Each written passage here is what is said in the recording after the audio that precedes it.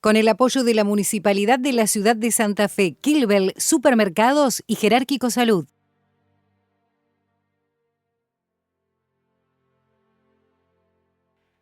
LT9 para mí siempre fue sinónimo de una gran radio.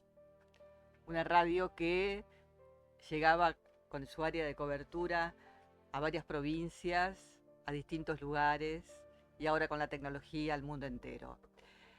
Y representar al LT9 en conferencias de prensa, en eventos, en distintos lugares que me tocó desarrollar mi vocación, que es ser locutora. Siempre sentí, cada vez que mencionaba LT9, como un qué prestigio, qué bueno, qué lindo que estás en esa emisora, cuánta historia tiene LT9. LT9 es historia de la radiofonía argentina y es historia de Santa Fe. LT9 es la líder por haber sido concebida como tal, una radio que consiguió en 1924 la primera licencia en el interior del país, una radio que en 1970 hizo este edificio maravilloso, concebido, diagramado, construido para que funcionara una emisora de radio. LT9 para mí y para mi familia y mis amigos es el lugar donde yo desarrollé esta hermosa vocación que es ser locutora, presentadora, animadora, tandera, sí, tandas publicitarias en vivo. Y a raíz de LT9 se abrieron varios caminos que tenían que ver con producciones especiales, transmisiones, eventos, lugares que he conocido gracias a LT9, disciplinas, rubros, deportes que he conocido a través de LT9. LT9, y con mi esfuerzo y mi dedicación, me dio la posibilidad también de viajar muchísimo, de estar en lugares maravillosos y de contactarme con los oyentes, los consecuentes y fieles oyentes de LT9. LT9 para mí va a ser siempre, siempre el lugar, mi domicilio, el aire de LT9. Ingresé a LT9 en 1982, donde se hacían las pruebas, hoy casting.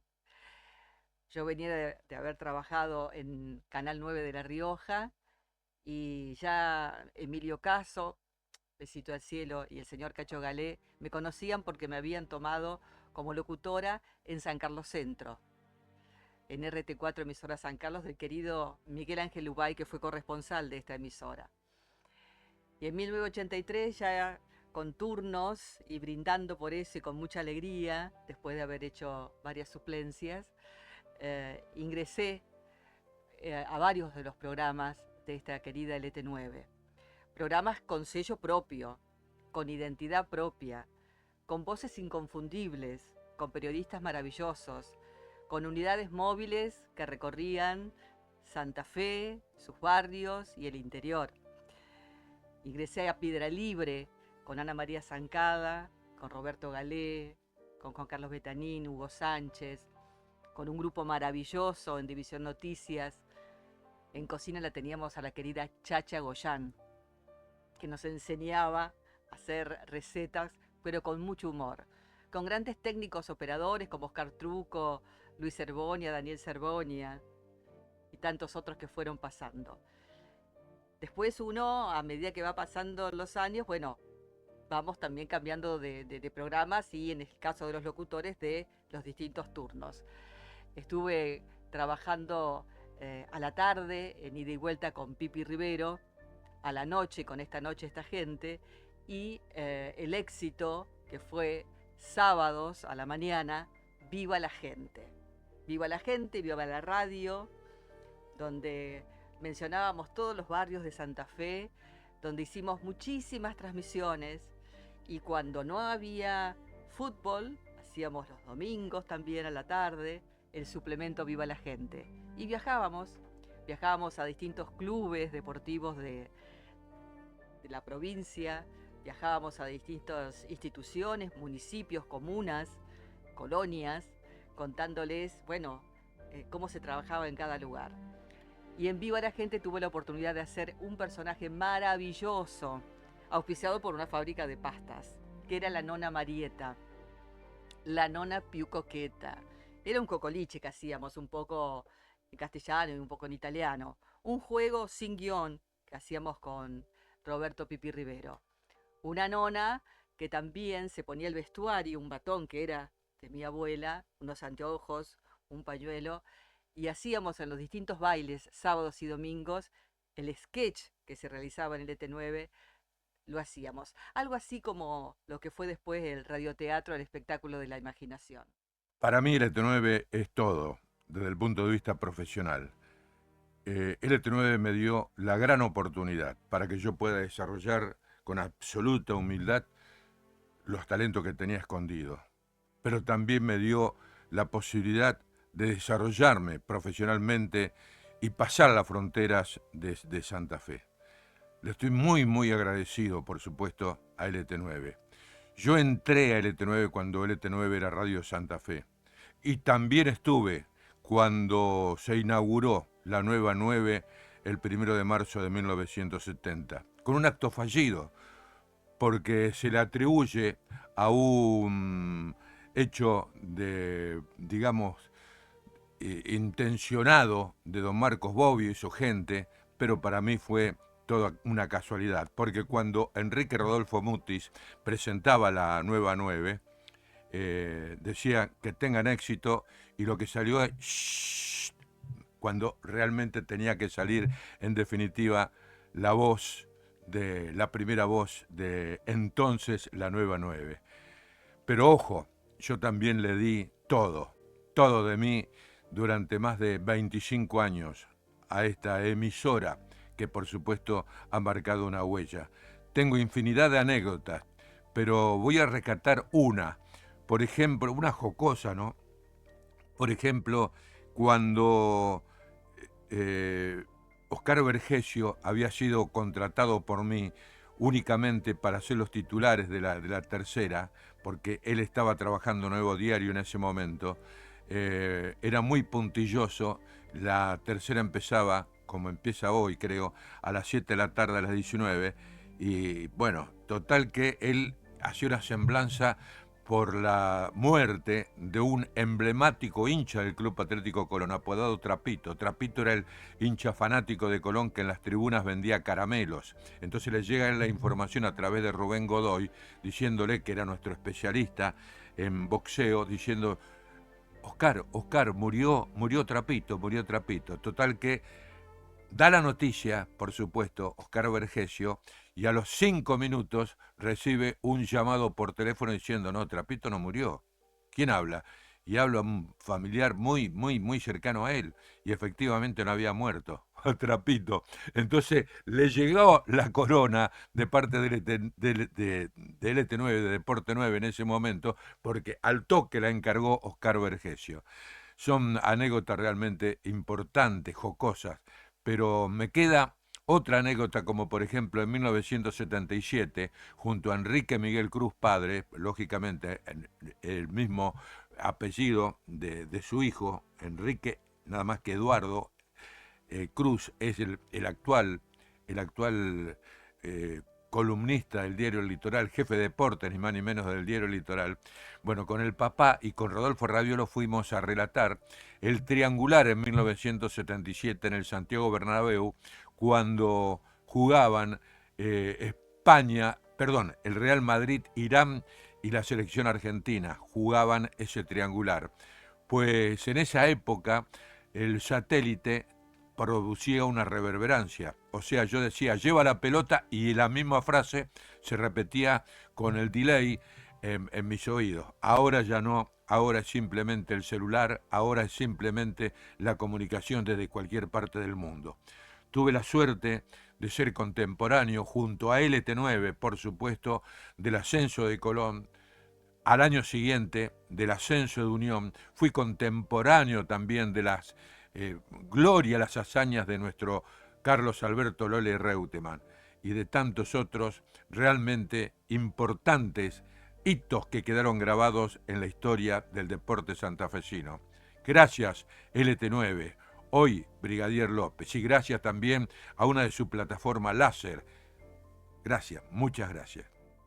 Mi nombre es Carlos Daniel Álvarez, 42 años de trabajo dentro de la radio, digamos que mi segundo hogar, y ahora ya fuera, jubilado, extrañando todas las vivencias de vividas, valga la redundancia, dentro de la emisora.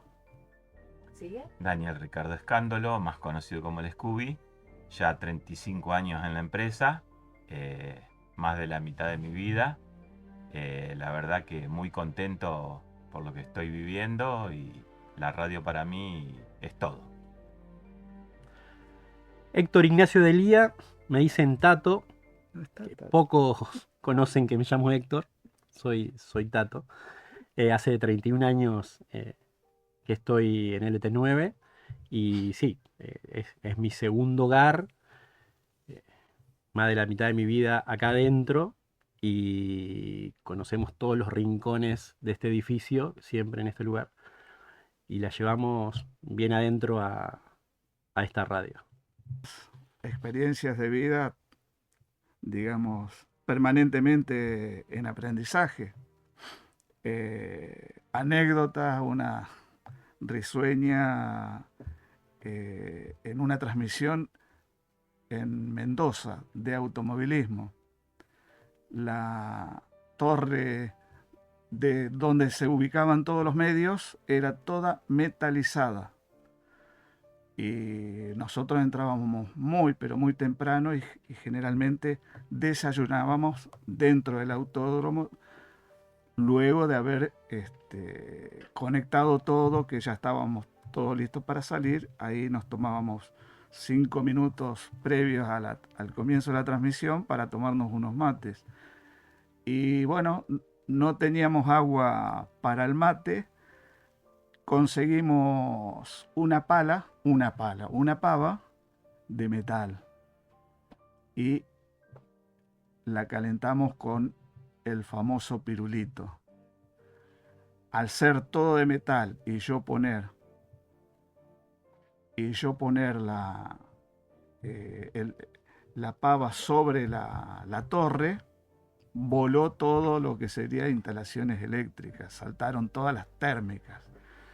Estaba todo el periodismo del país, una transmisión de TC2000 era. Así que cuando el negro Lescano ubica cuál fue el problema, me dice: Carlitos, guarda la pava porque fuimos nosotros los que hicimos saltar los tapones. Como experiencia de anécdota tengo millones, pero experiencia de vida recuerdo la que más me marcó fue, más allá de que soy operador de la radio, viví del 2000 al 2018 en la planta transmisora y me tocó vivir la inundación. Y estando allá no se cortó en ningún momento la transmisión, la mantuvimos al aire con Picabea, el Tato Delía, nos dio una mano Daniel Cerboña y nos quedamos ahí toda la inundación.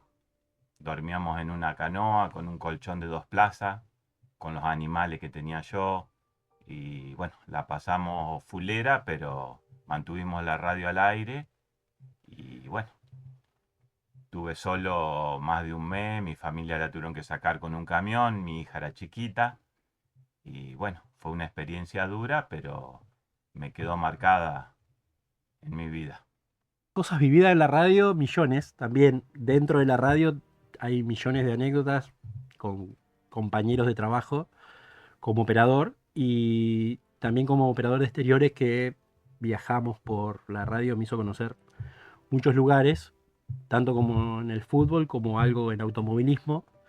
Son dos cosas totalmente distintas, pero mucha experiencia, muchos viajes, muchas cosas compartidas con compañeros, y alguna que recuerdo fue una transmisión en un pueblo de la zona que íbamos en un minibús, y cuando estábamos por llegar a la entrada del pueblo de la ruta había que bajar. En esa bajada estaba la banda del pueblo esperándonos, tocó, nos hicieron bajar a los integrantes del ET9 que habíamos ido, nos hicieron un recibimiento, no me acuerdo si nos dieron algo o no, pero subimos y después en caravana nos acompañaron al pueblo y ahí es donde realizamos la transmisión que se hizo ahí. Pero bueno, era una época donde la radio era muy escuchada, tenía muchos oyentes y estábamos muy presentes en el interior, que nos conocían a todos. O sea, por ahí decía, usted fulano, usted mengano, y la gente se acercaba y se ponía a charlar. Y bueno, de ahí muchísimas anécdotas. 100 años más, por lo menos, y que siga como fue, como tuvo la costumbre de estar en todas, como uno de sus eslogan. Yo creo que eso le deseo yo, porque esta gente es mi familia, todos los que están acá es mi familia, y esta es una de mis casas, mi hogar. Sí, yo le hablaría a la juventud, a los que recién se inician o los que hace poco tiempo comenzaron la vida de la radio, que la disfruten, O sea, por supuesto, 100 años más que sobreviva la radio, 200, que no muera nunca la radio, pero a los chicos nuevos, locutores, locutoras, operadores, periodistas, que disfruten el día a día de la radio, porque no son todos iguales y todos los días estás aprendiendo algo y aparte le estás haciendo, estás trabajando para el bien común de la gente. Lo mejor, como dicen mis compañeros, para que dure 100, 200, lo que tenga que durar, y que la gente que entra, la gente que se va renovando, que le siga poniendo las mismas ganas que le pusimos nosotros en su momento, y que esto siga para adelante como viene. El ET9, digamos, es todo para mí, así que le deseo lo mejor. El ET9 para mí es, te diría que el primer contacto con la radio, con la herramienta radial que me acuerdo de muy pequeño. Siempre me gustó mucho el deporte, me gustó mucho el fútbol, y uno lo que recuerda, por ejemplo, escuchar transmisiones de los equipos de Santa Fe con el equipo de Ricardo Porta y bueno, toda la cantidad de periodistas que trabajaban en ese equipo escuchando la radio pegadito cuando era pibe de 10, 12 años, ¿no? Después recuerdo tomar mates en el patio de mi casa, de mi pueblo, escuchando a Leandro Miller, a Mirta Leschman y al Moncho Aranda haciendo Sin Siesta, por ejemplo, ¿no? Un programa que iba por la tarde, de 2 a 5 de la tarde. Y bueno, de ese momento, y por las vueltas de la vida, a uno comienza a gustarle el periodismo, en especial el periodismo deportivo, y bueno, vengo a estudiar y por esas casualidades, como siempre ocurre, comienzo a practicar aquí en la radio como pasante, le llamábamos en aquel entonces, a escribir boletines, entre la parte de noticias, y bueno, a partir de ese momento, en el año 94, comienzo a ser trabajador efectivo de la radio, cubriendo los turnos de noticias que en aquel entonces implicaban primero entrar a las 4 de la mañana acá, todos los días a las 4 de la mañana, y en otro momento también, durante muchos años, cubrir los turnos de noticias los sábados y domingos a la tarde. Y bueno, no era fácil porque uno, digamos, implicaba dejar un montón de cosas, pero yo como amo esto y puedo estar 24 horas a cualquier hora del día haciendo lo que me gusta, soy un apasionado de la radio, lo hacía con mucho gusto. Recuerdo una anécdota porque si bien yo siempre trabajé en noticias, cuando asciende Colón, año 1995, yo soy socio de Colón y simpatizante de Colón, por esas casualidades de la vida, el compañero que cubría el vestuario de San Martín de Tucumán, que era el equipo con el que Colón jugó la final para el ascenso del 95, bueno, se estropeó, se quebró en un accidente acá por la Ruta 70 con el móvil de la radio, y a mí me tocó cubrir, porque en aquel entonces Hugo Sánchez me lo pedía, cubrir el vestuario de San Martín de Tucumán y bueno, en definitiva terminar festejando el ascenso con el plantel de Colón en el vestuario en aquel año 95.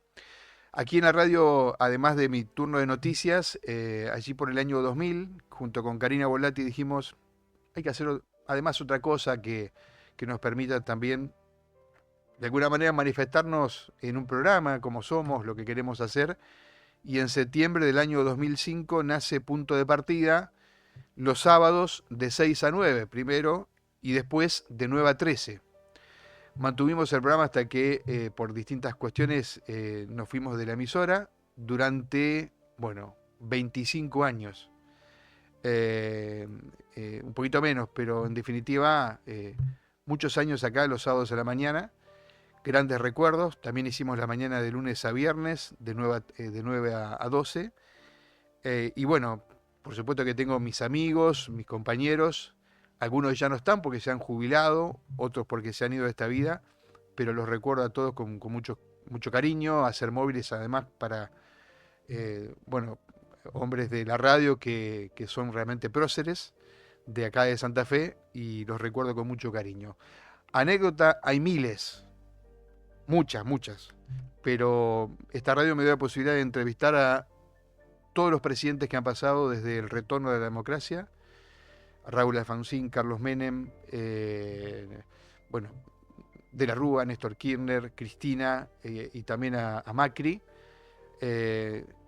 Cubrir hechos muy impactantes como la inundación del año 2003, que fue claramente, digamos, uno de los que más nos asombró, lamentablemente por las consecuencias que tuvo. Personalidades como Mercedes Sosa, como Mirta Legrand, y uno tiene muchas cosas para contar de cada uno de ellos, pero yo me quedo con una anécdota muy graciosa. Con Karina hemos transmitido de muchos lugares, hemos viajado mucho con el programa los sábados, pero recuerdo un almuerzo que estábamos en Coronda, y en aquel entonces, para esa transmisión que hacíamos de Coronda, de la Fiesta Nacional de la Frutilla, teníamos un amigo, colaborador y colega que es Jorge Vivas, que estaba con nosotros en la misma mesa. Y Jorge había llevado a su hijo, que era un pequeñito, habría tenido 4 o 5 años. Y estábamos almorzando, creo que era una parrillada, estábamos muy cómodos, muy lindo, y a él se le ocurre pedir ketchup. Y bueno, el mozo trae el ketchup, pero cuando intenta que el ketchup salga del envase no salía, entonces comenzó a tratar de impulsarlo. Y en un momento, estaba el comedor lleno, cuando el hijo de Jorge logra sacar el ketchup, claro, aprieta, sale para arriba y había un ventilador arriba. Y entonces con el ventilador, recuerdo que con ese ventilador ensuciamos a toda la gente que estaba comiendo, además de nosotros, y fue algo muy curioso que tal vez por ahí no tenga que ver con alguien en particular, pero fue un hecho del cual siempre después pasaron los años y cada vez que nos vemos con Jorge, nos reímos de esa circunstancia. Bueno, mi deseo es para que la radio siga por otros 100 años más. Todos amamos de alguna manera a LT9 y en nuestro caso que pasamos tanta vida en estas paredes, mucho más. Felicidades, buen centenario y un saludo para todos. LT9 para mí es la radio grande, la que llega lejos, la que es tu amiga, la que es parte de tu familia, pero a la vez ustedes se vuelven parte de nuestra familia. Muchas veces cuando decimos Susana del Centro, Esmeralda de Santo Tomé, Gladys de Esperanza, todos tienen para nosotros ese nuevo apellido, ¿no? Porque así los identificamos. Y es muy valioso saber que están ahí cuando nos hacen llegar algún mensaje, o nos dicen cosas, o nos piden información, o nos brindan información.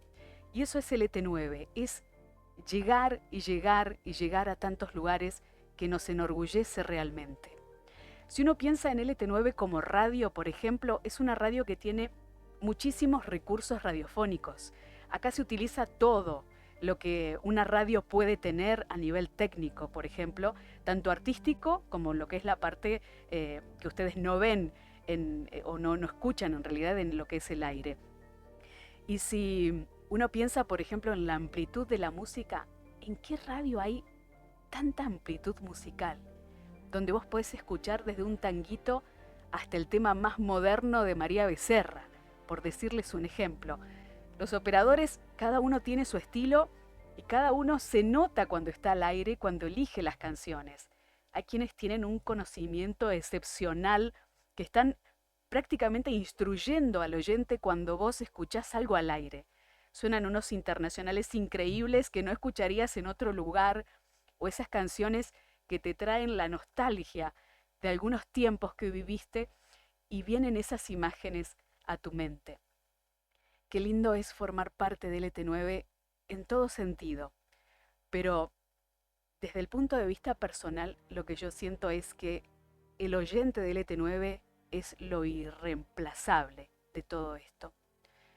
Hay oyentes que son tan demostrativos y tan cariñosos que han generado en la vida de uno momentos realmente insólitos, como por ejemplo recibir de regalo una tira de salamines, o por ejemplo una caja de alfajores de maicena que viene desde Helvecia prácticamente en carro a recibirlos a la radio.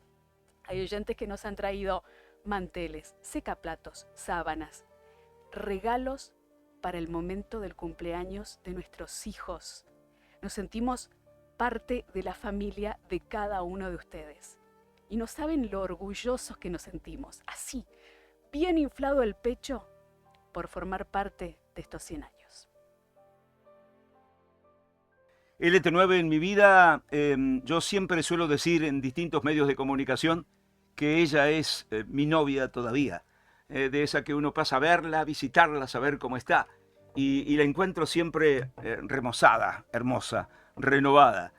LT9 forma parte de mi vida comunicacional, no solo por los pininos que uno hizo en la comunicación, obviamente primeros, sino también en aprender, digamos, primero la profesión, el comunicador, que uno ha defendido y lo sigue haciendo hasta el final de mis días, o cuando el Señor diga hasta acá.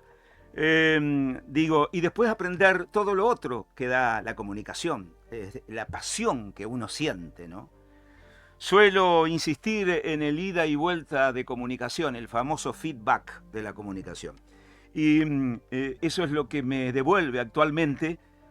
Uno, a Dios gracias, está vivo. Decía un gran comunicador de la cadena 3 ya desaparecido, Mario Pereira, que estar vivo ya es mucho cuento. Pero respondiendo específicamente qué es LT9, es mi otra parte de la vida, ¿no? Está Dios, la familia y la radio. El gran escenario de la imaginación, con esa magia que se escucha y no se ve, y no solo es un eslogan, un remate, sino es parte de mi vida, a la que, bueno, me iré con el último hálito de vida, precisamente con eso, con este recuerdo imborrable que tiene el LT9. ¿Qué contar que resulte original, que no hayan dicho otros que me antecedieron en la palabra, en la imagen?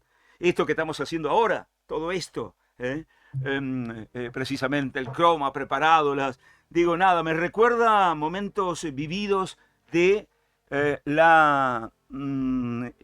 un director artístico de la radio, que recuerdo siempre, se llamaba Obdulio Luli Álvarez. Él me decía, mire, nosotros lo que pretendemos de usted es que haga una especie de conscripción. Y yo le decía, pero Luli, usted tiene que hacer de viernes para sábado, horarios que no quería nadie, obvio, y de sábados para domingo. Sin embargo, fue cuando más me nutrí del conocimiento de la música. Yo amo la música. Yo soy todavía de aquellos pasadiscos actualmente, 2024, de los que pasa la música, como se decía entonces, los pasadiscos, ¿no? Dicen por ahí que cada maestrito con su librito, cada locutorcito con su disquito. Y yo lo sigo haciendo todavía, ¿no? Conservo del primer disco hasta el último, pero otra historia. Yo le comentaba precisamente hace instantes a uno de los directivos de la radio que fueron aquellos pioneros de la comunicación, Javier Fernández Ortiz, Cacho Galé, Adriano Dafis, otrora jefe de locutores, un especialista en el jazz, que me hizo conocer, por ejemplo, un rubro que lo conocía a medias, ¿no? Javier Fernández Ortiz, Sidney Beckett, el gran clarinetista negro con pequeña flor, Petit Frère, entre otros temas. y el gran Cacho Galé, maestro, amigo y compañero también de tareas. Esto es lo bueno. Fíjate o fíjense ustedes, mi vida fue bendecida siempre, porque yo vivía en Balnearia, en la provincia de Córdoba, ¿no? Y yo, por aquel entonces, la televisión que llegaba a donde yo vivía era Canal 12 Córdoba y Canal 13 de Santa Fe, el primer canal del interior del país, con la familia Bobbio. Y yo conocí, cuando se podía ver, porque teníamos que dar vuelta la antena gigante, alta, para poder ver. Pero digo que muchas veces nos ganaba la lluvia, ¿no? Ese shhh, ¿no? Así que yo a muchos de ellos lo conocí primero en la televisión. Y después la suerte, la bendición de haber trabajado con muchos de ellos, desde el locutor detrás de cámara, que era Billy Mazzola, y salía con su velocísimo y los clientes y el presentador del noticiero, Rodolfo Muti, Lindor Lozano y tantos otros nombres, pidiendo disculpas porque siempre a uno en esto, por más acostumbrado que esté a la comunicación y a la oratoria, se le escapan detalles. A partir de allí comenzó mi vida, aquí en esta radio, que se llamaba Imaginación. E iba de viernes para sábado de 0 a 5 de la mañana. Y sábados y domingos con Eduardo Andrés Estañaro, capítulo aparte de no solo un operador excepcional, sino gran musicalizador. Con él también aprendí cosas de los autores, intérpretes. Yo soy de los que todavía dicen que cuando uno emite, precisamente, o cuando pasa disco, debe contarle al oyente de quién es. Y si es posible, la historia que trae cada canción. Eso, a Dios gracias, sigue subyugando, seduciendo a mucha gente más allá del target de público en donde trabajamos, ¿no? Y bueno, conocí eso. El trasnoche fue para mí también importantísimo, horarios que nadie quería. Y después, a partir de allí, como decía Luli Álvarez, aquel director artístico, conocer todos los secretos de los programas de entonces. Porque un poco era eso también mi función por aquellos días. Era una especie de locutor, comunicador que rotaba en aquellos programas y uno reemplazaba por eso, hasta que llegaron los propios, ¿no? Y nada, son tantos los recuerdos. Estas son novedades, programas de Cacho Galé y Javier Fernández Ortiz.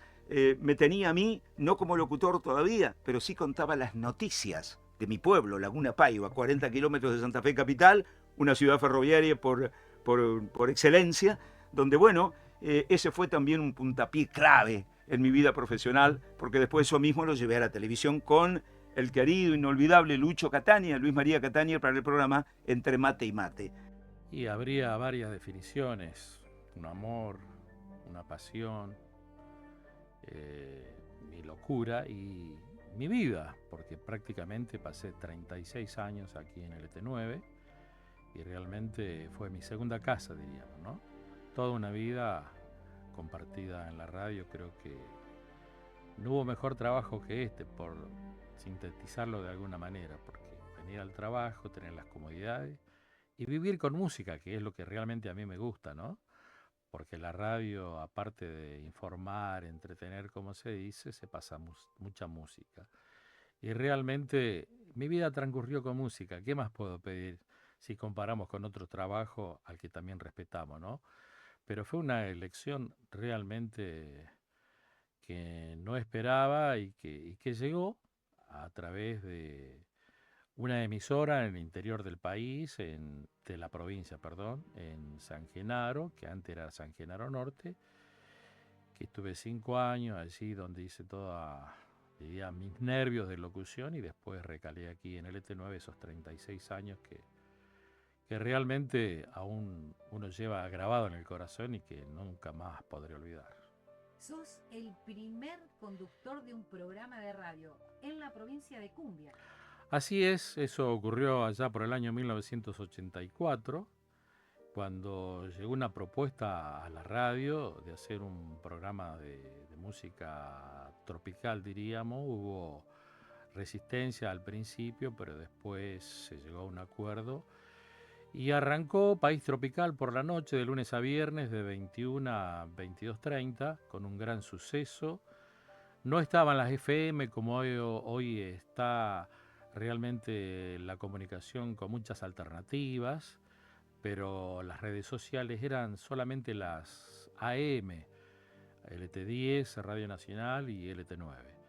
Y eso realmente fue una revolución, porque todas las noches la gente se prendía a la radio y no se utilizaba tanto el teléfono ni los celulares para mandar mensajes, solamente había un teléfono fijo, pero sí se implementaba las cartas, la correspondencia, y era realmente abarrotado las bolsas que llegaban con las correspondencias del interior del país, donde la gente nos decía que nos escuchaba, nos pedían temas, mandáramos saludos. Fue algo increíble ese programa que se instaló como primer programa de cumbia aquí en la ciudad de Santa Fe. ¿Alguna de esas experiencias de las bandas en vivo que surgían eran de distintos géneros? Entre eso el chamamecero, que era uno de los más fuertes. Claro, la radio posibilitó la actuación en vivo de los conjuntos, no solamente de cumbia, de chamamé y de otros estilos, porque no había forma de promoción, simplemente aquel que podía llegar a grabar un disco, que era muy difícil llegar a la discográfica. Entonces la radio era el nexo de la difusión de esos conjuntos. Y por ejemplo, había el programa chamamecero Estampas del Litoral, que comenzó con Javier Fernández Ortiz en la conducción, estaba Nelva Ortiz y el Chamigo Olivera, el Gordo Chiquizuela, que los fines de semana realmente era una luz para todo ese tipo de música, era una huella. Y después siguió el negro Héctor Ceballos, después continuó Nelva Ortiz, yo también fui parte de esa conducción. Pero durante el periodo de la conducción de El Negro Ceballo, como le decíamos, sí, venían los conjuntos chamameceros a actuar aquí en la radio. Aprovechaban que los sábados actuaban en los clubes, en los lugares de bailanta, y como eso terminaba alrededor de las 4 o 5 de la mañana, aprovechaban pasar por la radio y dejar su música. Y llegaban a actuar acá en vivo los conjuntos, como el caso de Amanecer Campero, que diríamos que arrancó desde aquí, ¿no? Con esa difusión. ¿Cuáles fueron esos profesionales que marcaron tu carrera, profesionales del LT9? Bueno, Cacho Galé fue uno de ellos. Después, la parte periodística con Carlos Larriera.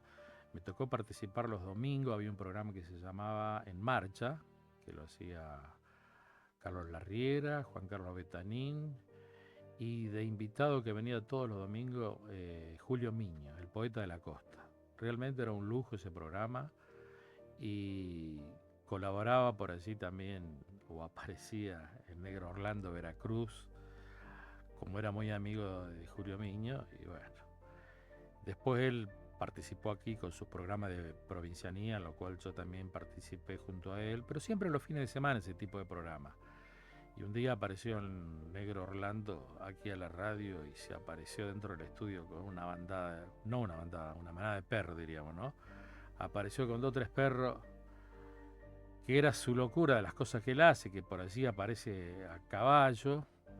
Y bueno, aquí en el estudio se apareció con unos perros. Bien hombre de campo, no podía dejar a sus amigos fuera de la radio y fue todo una novedad para nosotros que estamos acostumbrados a trabajar de una manera y bueno, simplemente algo risueño. De esas anécdotas, en 36 años, seguramente recordás uno o dos que te hayan hecho reír mucho o no.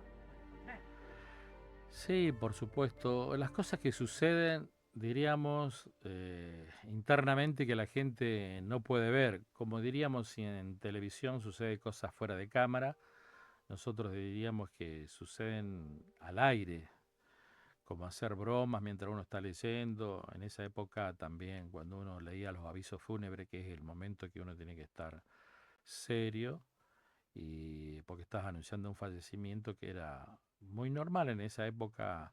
Cada hora la radio tenía un servicio y la gente se informaba o se enteraba a través de los fallecimientos de las personas queridas o del interior, sobre todo el interior. LT9 en mi vida pasa a ser un hito fundamental. En la década del 70, cuando esta emisora se radicó aquí, en calle 4 de enero de 2153, tenía gente vinculada al deporte. Yo estaba en contacto con ellos, pero fuera del LT9. Me convocaron, y bueno, a partir de ahí forma parte de mi vida y por supuesto un reconocimiento absoluto a lo que la vida me dio periodísticamente hablando, porque el LT9 arrancó en mi vida periodísticamente hablando, pero eso permitió y posibilitó que yo siguiera trabajando, por ejemplo, en diarios, en canales de televisión, todo gracias al arranque con el LT9. Fundamentalmente el equipo deportivo de LT9, Deporte 9, en el año 70, y hasta que la vida dijo basta y dejé la actividad. Vivencias hay infinidad. ¿Por qué digo esto? Porque el equipo de Deporte 9, de LT9 en su momento, al no haber FM, era la única emisora de esta zona de la República Argentina poderosa, gran alcance, pero el equipo además era muy prestigioso y muy numeroso fundamentalmente, porque tenía prácticamente especialistas en todas las actividades deportivas, Entonces había torneos de todas las actividades que uno se puede imaginar y estaba presente el LT9. Eso me permitió, por supuesto, me posibilitó que tuviera contacto con campeones del mundo, campeones argentinos, campeones regionales, de boxeo, de automovilismo, de ciclismo, de atletismo. Es decir, realmente, como le decía a la gente que me rodea, es decir, anécdotas, yo le diría vivencia fundamentalmente. Y haber almorzado y cenado muchas veces, por ejemplo, si hablamos a nivel deportivo, con Juan Carlos Lorenzo, con el Gitano Juárez, el que estaba en fútbol sabe a qué me estoy refiriendo. Por ejemplo, estando en el LT9 a la mañana, que tuve la oportunidad de estar 28 años en el programa de mayor audiencia del LT9 que conducía Carlos Larriera,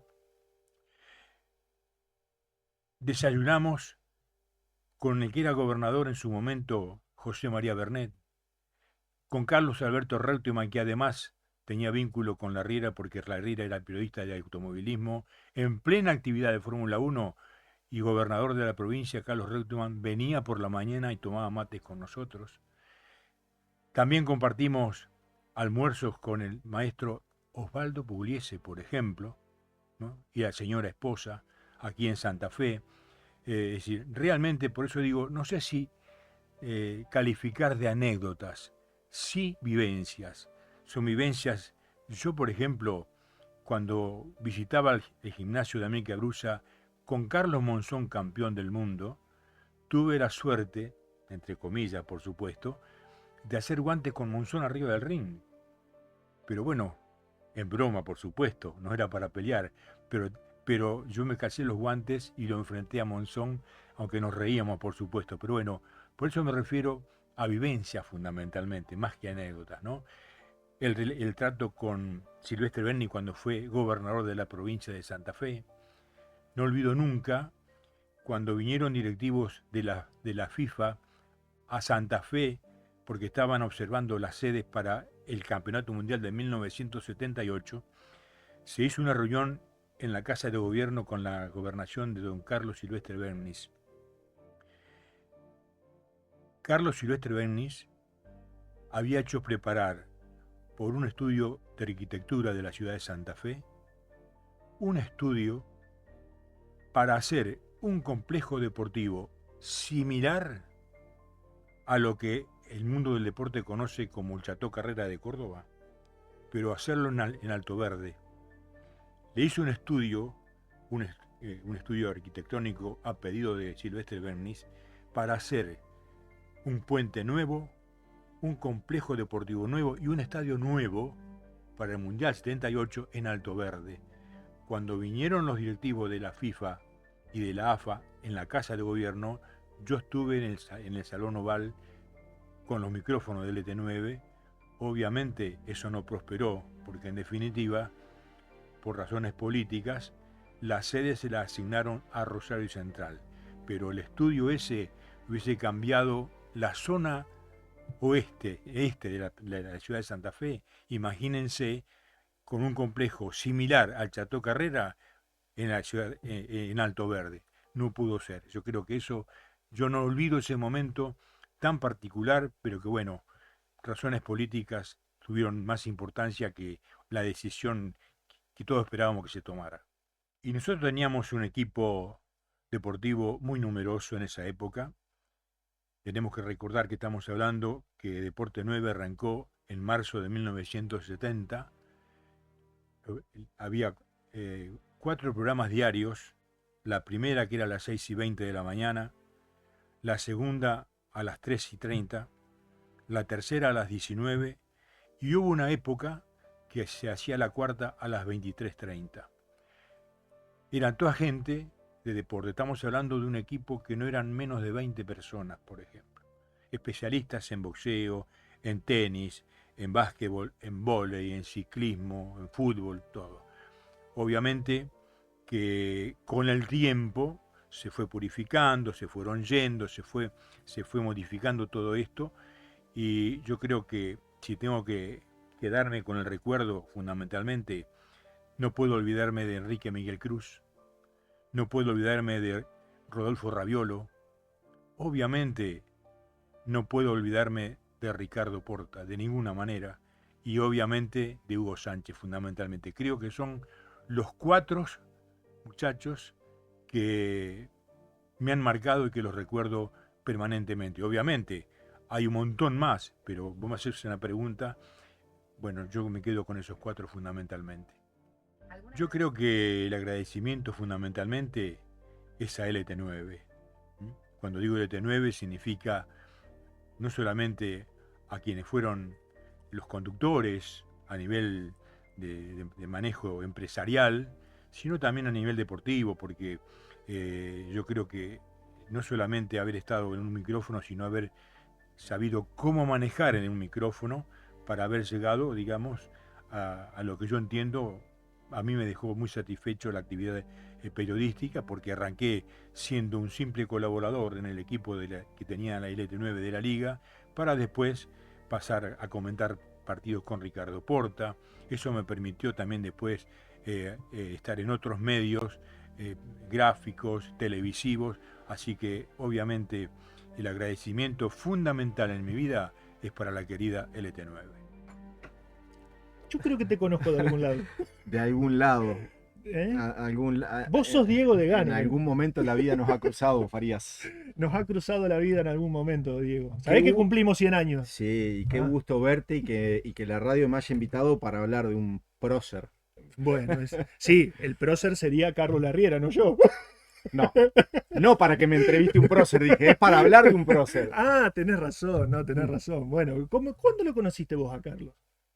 ¿Cómo llega Carlos a tu vida? Y a ver, siempre yo, salvando las diferencias, porque la Riera es del 34, yo siempre lo voy a tratar de es. Sí, sí, la gente... yo también, sí, nos pasa eso. Sí. Bueno, la Riera del 34, yo soy del 68, me lleva 34 años, o sea que la diferencia generacional me hace contestarte que en alguna situación de él relacionada con el periodismo, o sea, la primera imagen que yo puedo tener de algún encuentro que pueda atestiguar con Carlos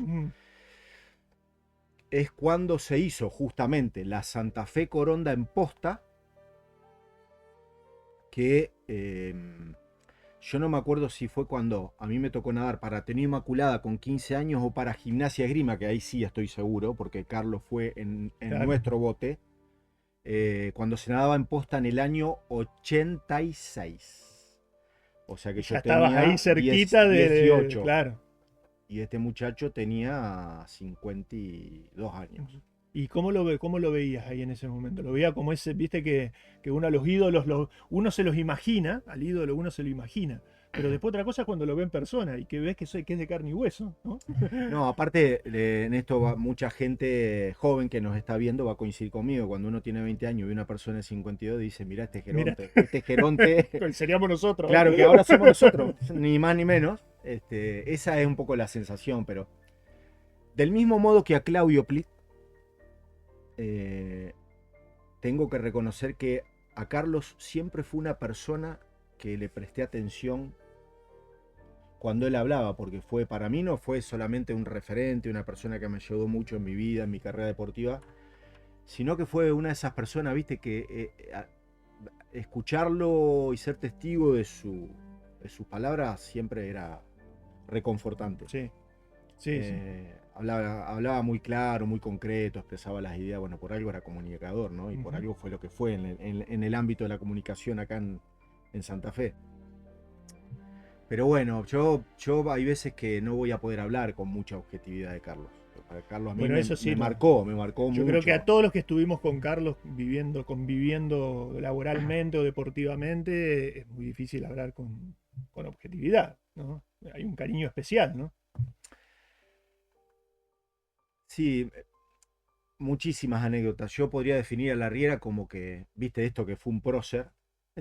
Decía, bueno, y para no autorreferenciarme, ¿viste? Pero es necesario. Pero sobre todo para poner en contexto lo que significa Carlos para la maratón. Porque yo digo, bueno, sí, yo la gané 4 veces.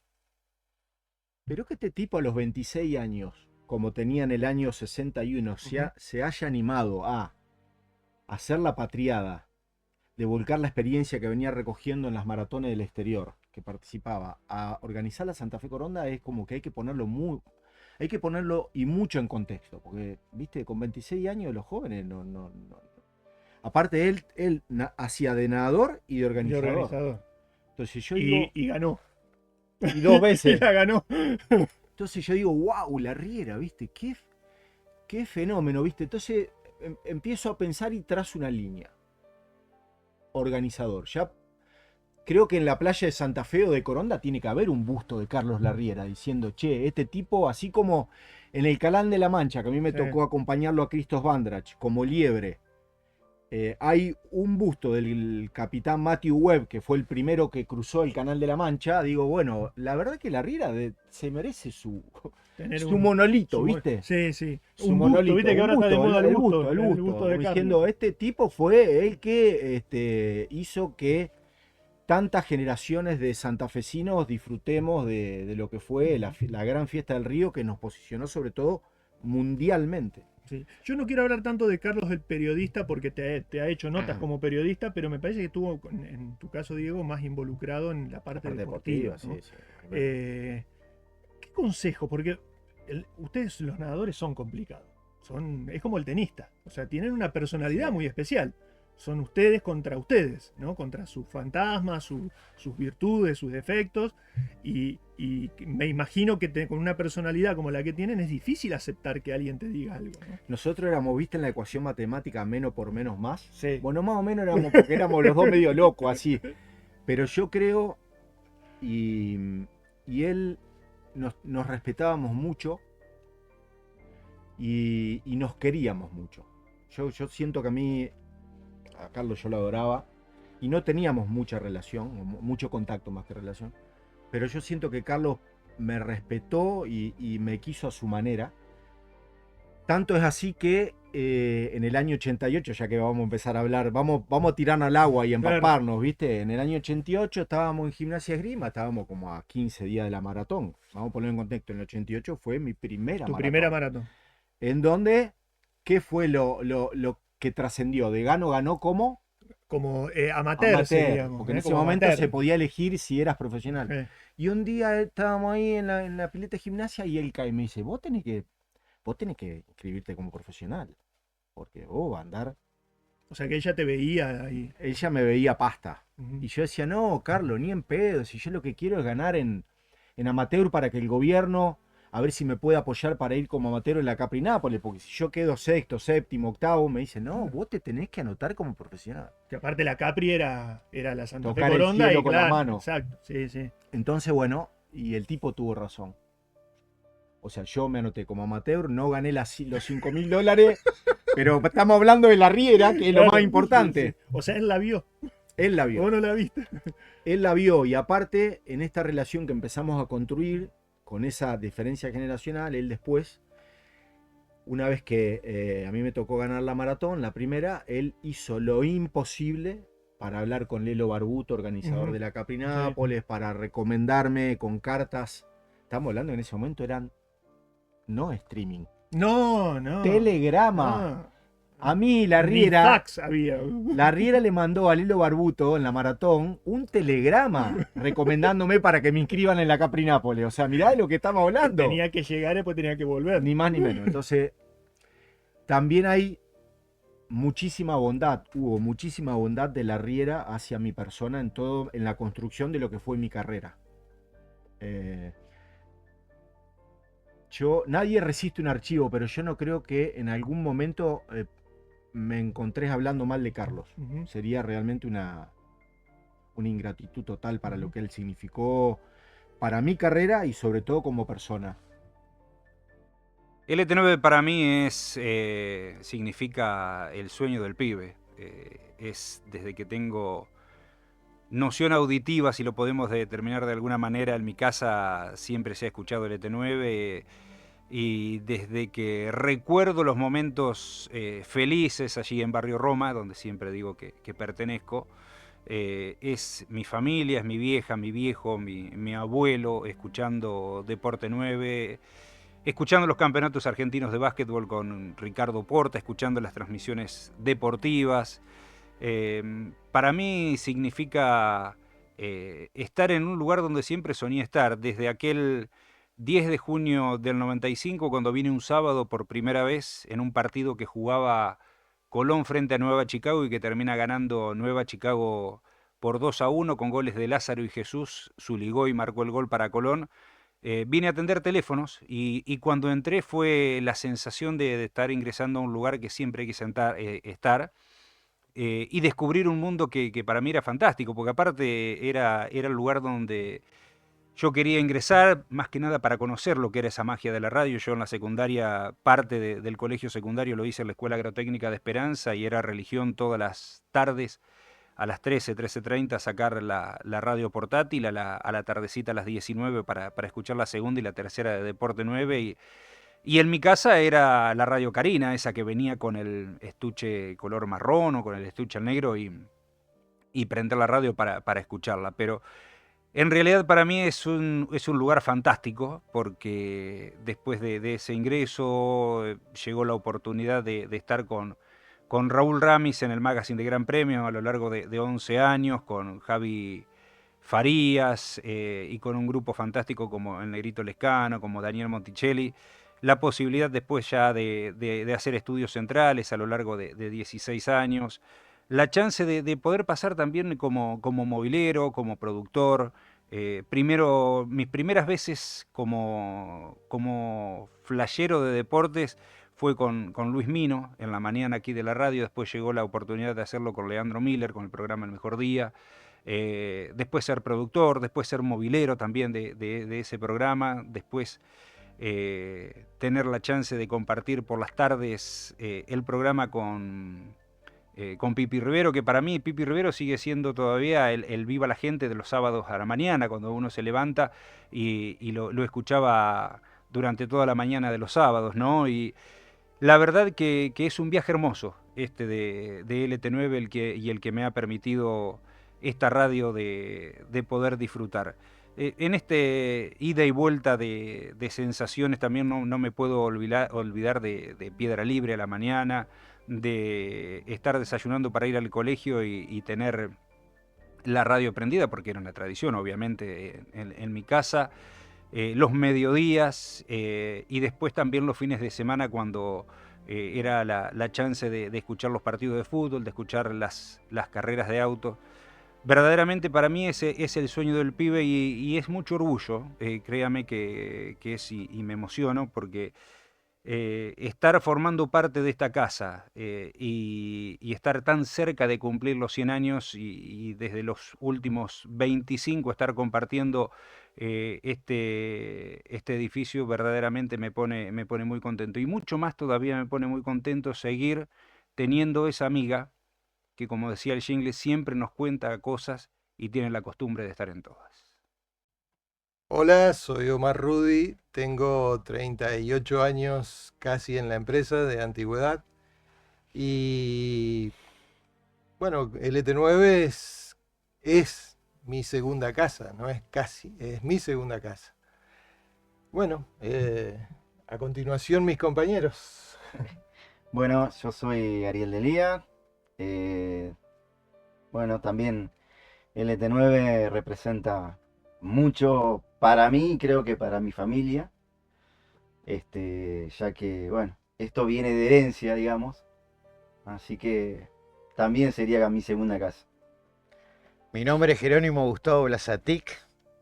Entré en el año 90, quedé en el efectivo en el año 93. Obvio que el ET9 significa un montón de cosas para mí. Y láser, obvio. Muchas cosas pasaron. Sí, tenés razón. No lo cortés a esto. Muchísimas vivencias, pero anécdotas para ser dulce. La primera que quiero contar, porque no me quiero olvidar del señor Picabea.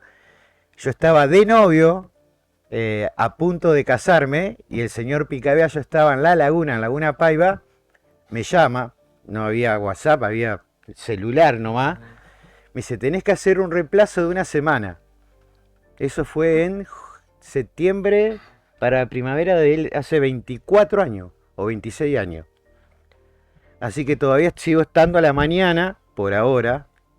Espero seguir por mucho tiempo más. Bueno, los horarios no importa. Pero esa es la primera anécdota, que era por una semana y pasaron 26 años. Bueno, ahora te toca contar a vos, Omar, por favor. Bueno, yo entré en lo que era FM 9, ahora FM Láser. Estuve mucho tiempo, casi más tiempo en FM que en AM. Pero sí, convivimos con la mayoría de los programas, la mayoría de los horarios. Mucho tiempo en Láser con el Dani Andino, haciendo cosas con Jerónimo Claro. también. Sí, una de FM, una que se puede contar.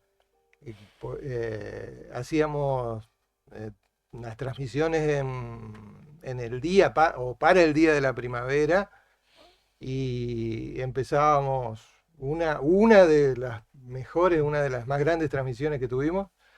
Se empezó el 20 a la madrugada, la noche del 20 y seguimos para el 21 de septiembre.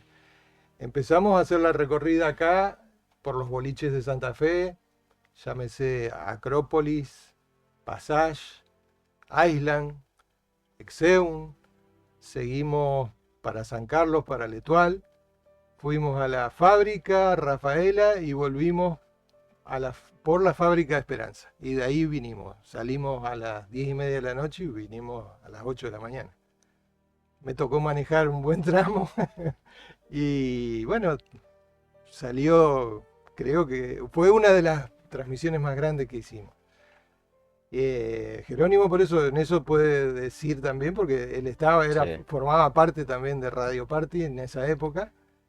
Y después en AM también mucho para contar. No sé, no quiero ocupar tanto tiempo porque ustedes también tienen lo suyo.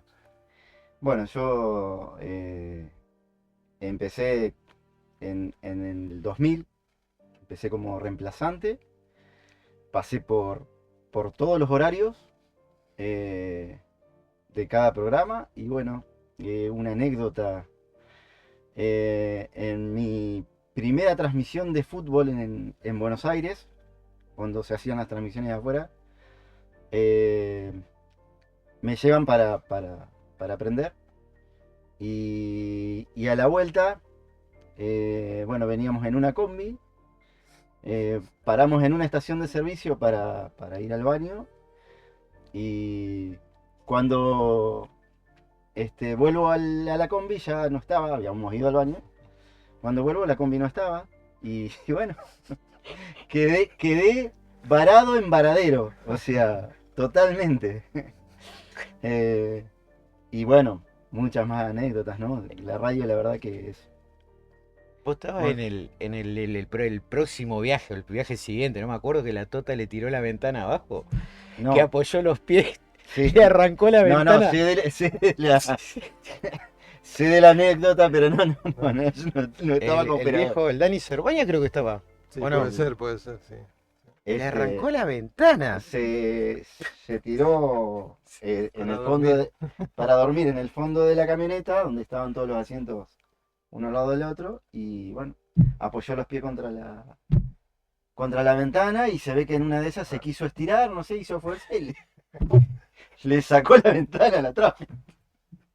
No, esa, sí, hay muchas de esas. No me acordé de esa, pero esa fue Sí. tremenda cuando la Ni hablar. contaron. Ni hablar, hay Vos muchas. tenés varias. Yo tengo varias, ¿no? Pero me voy acordando, me acuerdo que estaba el Lito D'Angelo era jefe, Picabea era, no era jefe, obvio, era ayudante, y estaba Lugo Bello. Cuando me agarró en el pasillo yo temblaba, porque yo aprendí mucho de Mar, ¿eh? Yo miraba cómo Mar trabajaba, cómo es la vida, cómo uno. Después miré una pachera y te reí. Me agarra en el pasillo y me dice, te toca hacer a partir de la semana que viene, no me acuerdo cómo fue, 5 días nomás para ver cómo se manejaba una pachera, te toca hacer el último mes de Emilio Caso. Temblaba, era Emilio Caso, no era cualquier cosa.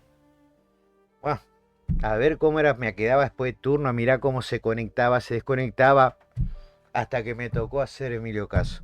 Al final ese último mes, yo me terminé haciendo muy amigo de Emilio. Muy amigo. Áspero las primeras tardes.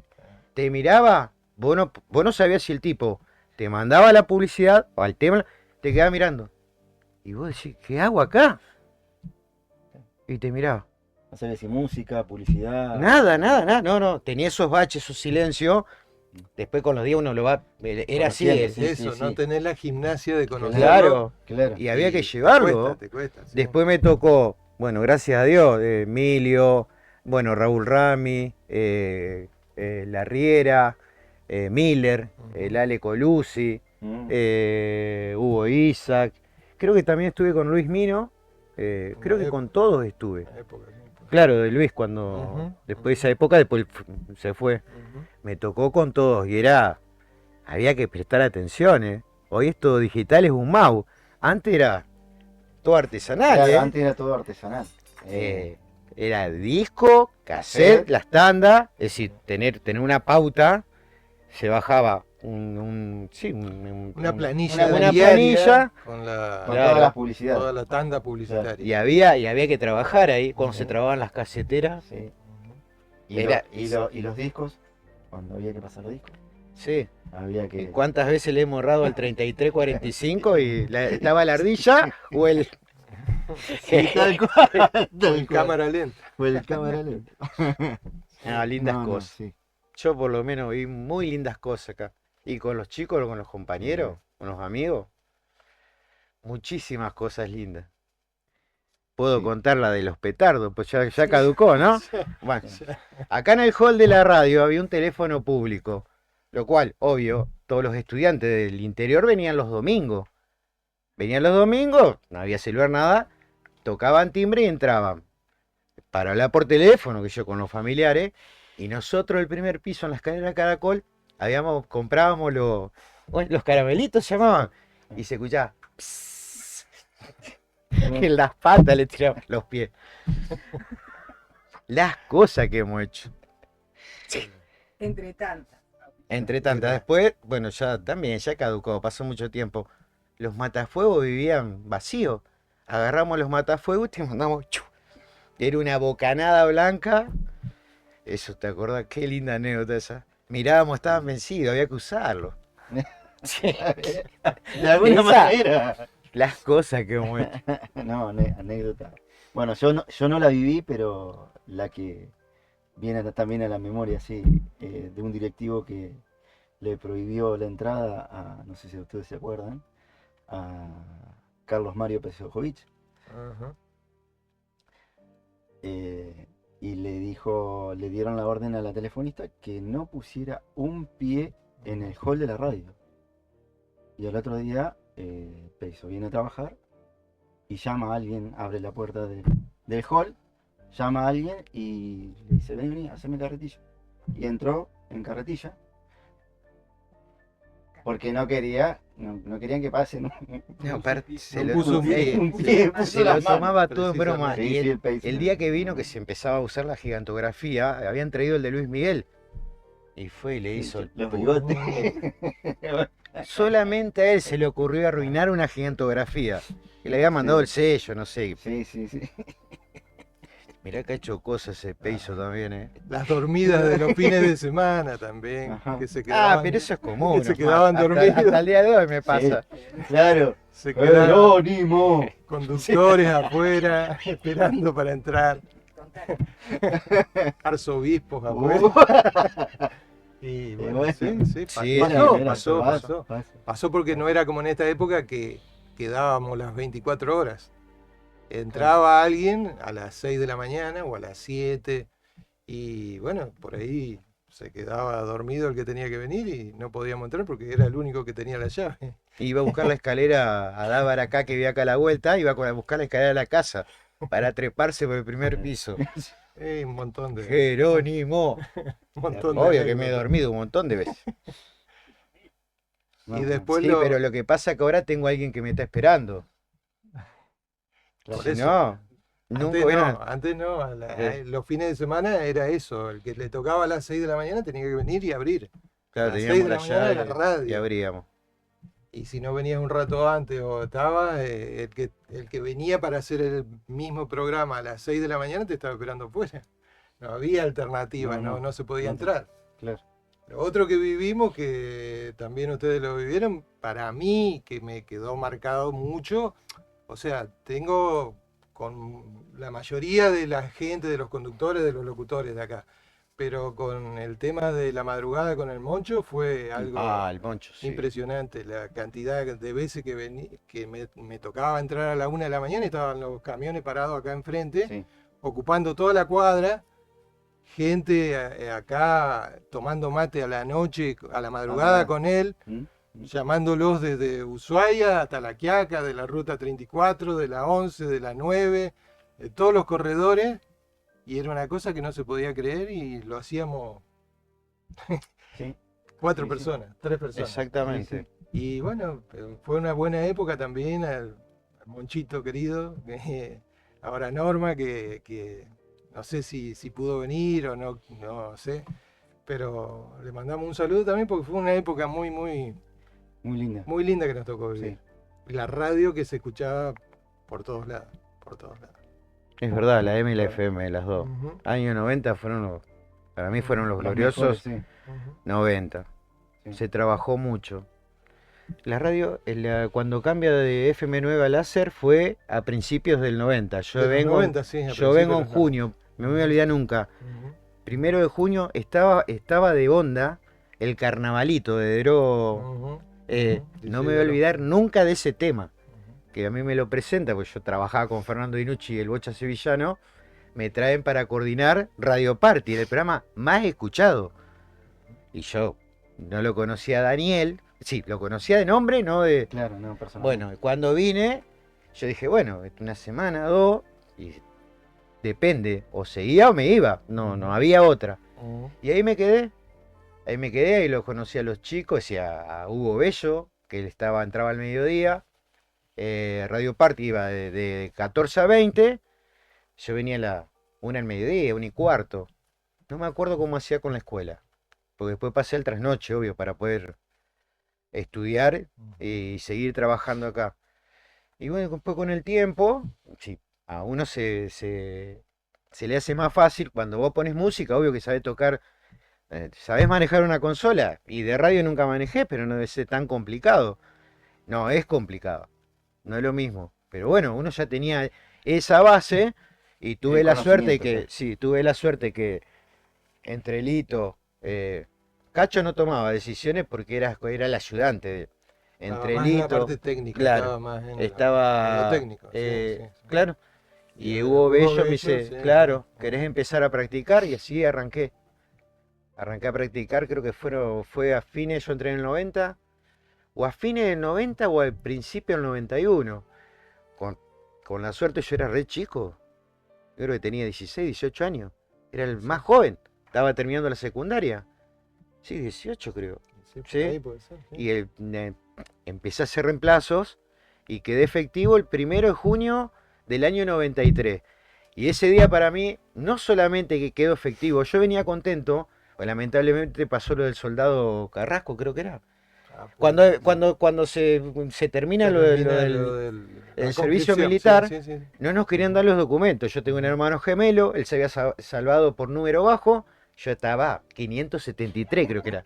Me mandaban, no a Ushuaia, allá, andá. No me firmaban el documento y ese día yo, me acuerdo haber tomado 14 o el 16, pues yo vivía en Guadalupe. Yo estaba chocho, venía a buscar el documento, no me acuerdo cómo era el procedimiento. Miércoles voy acá al distrito, me dan el documento con la baja. Había zafado porque es donde se terminaba lo del servicio militar. El servicio militar. Vengo contento y entro a la radio, me dice, ahí tenés noticias buenas. Le digo, mejor que esta no creo. Andá, fíjate el fichero. Un fichero viejo con tarjeta. Y estaba mi tarjeta. Con nombre. Esa misma mañana. Eso no me olvidaré nunca. 1 de junio del año 93. Y ahí sí, ahí arranqué con otros turnos, que yo en la mañana hace 24 o 26, no me acuerdo tanto cuánto hace. Bueno, no importa, pero más o menos por ahí. Y también hacíamos el fin de semana, los nuevos, Tato hacía M y yo hacía FM. ¿Durante cuánto tiempo hicimos? Después íbamos bollando los turnos, como le pasa a los chicos ahora. No tenés el turno fijo, es decir, te necesito de lunes a viernes de 18 a 24, ok. La otra semana de 6 a 12. Hasta que quedás con tu turno fijo. Y bueno, así fui no sé cuánto tiempo, después ya me quedé en la M. Muchísimas gracias, chicos. Por favor. Gracias.